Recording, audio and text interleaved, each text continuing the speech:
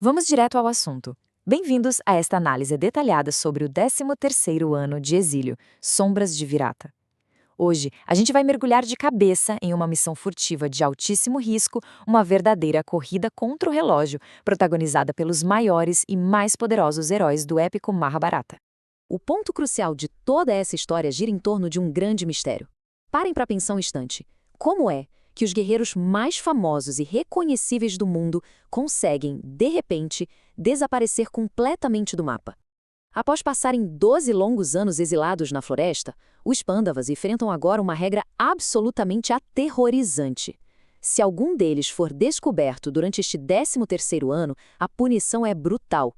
Eles teriam que sofrer mais 12 anos inteiros de exílio na selva.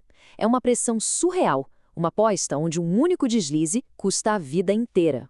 Esse famoso 13º ano é, por definição, um período obrigatório em que eles não podem ser reconhecidos de jeito nenhum.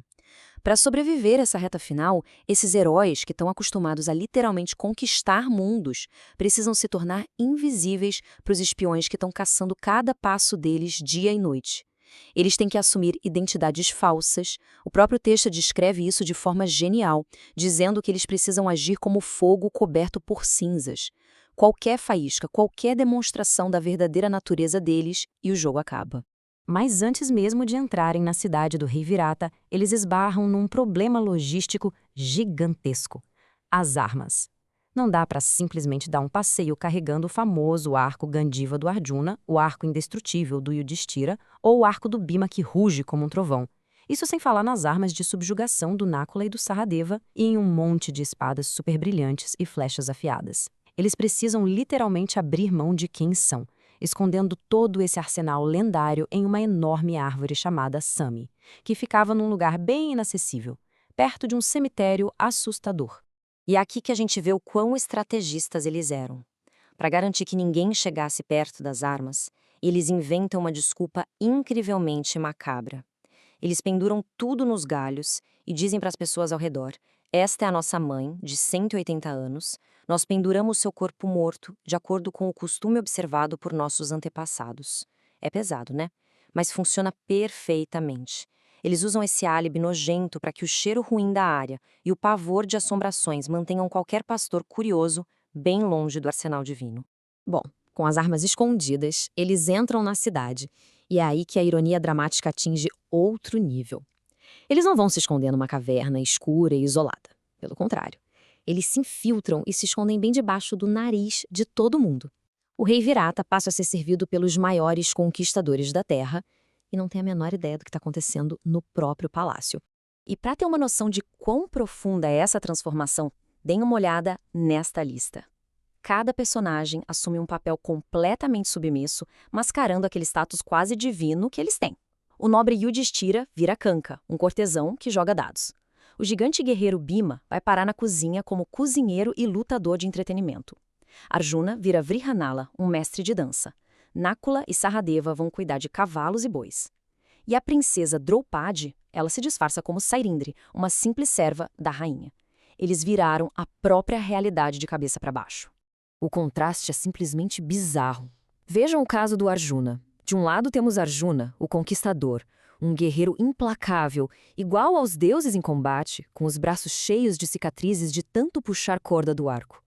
E do outro, a nova realidade dele, Vrihanala.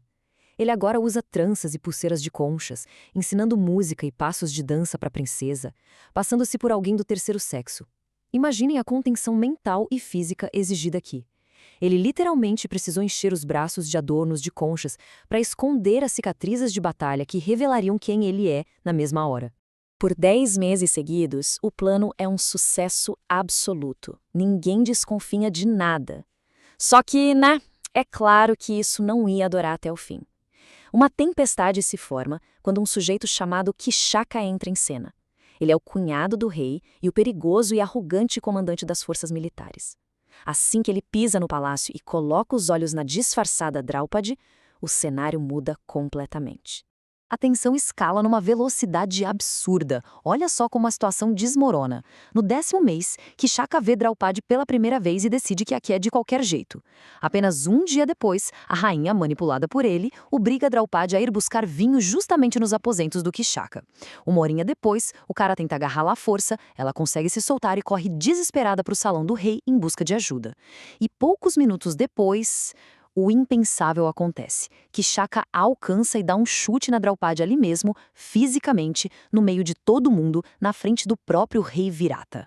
Esse é o teste de paciência definitivo. Quando esse chute acontece, a fúria do Bhima explode. Ele fica a 1 milímetro de massacrar o comandante ali mesmo no chão do palácio. O texto conta que ele começa a suar frio, os olhos saltam, ele está pronto para matar. Mas, no meio do caos, o Yudhishthira percebe a catástrofe que isso ia causar e manda um sinal secreto para o Bhima recuar. As apostas, lembrem-se, são altas demais. Se o Bhima despedaçar o Kishaka ali na frente de todo mundo, o disfarce acaba e os 13 anos de tormento começam todos de novo, do zero. E como é que você segura uma força da natureza como o Bhima nessas horas? E o Yudhishthira usa um código simplesmente brilhante. Mantendo seu papel, ele olha para o Bhima, que ainda é o cozinheiro, e solta essa. Procuras tu, ó cozinheiro, árvores para combustível? Se estás precisando de lenha, saia e corte árvores. Com essa frase genial, ele basicamente diz, segura a onda, engole essa raiva assassina e vai descontar nas árvores cortando lenha para a cozinha. É uma forma de canalizar a fúria sem quebrar as regras do jogo.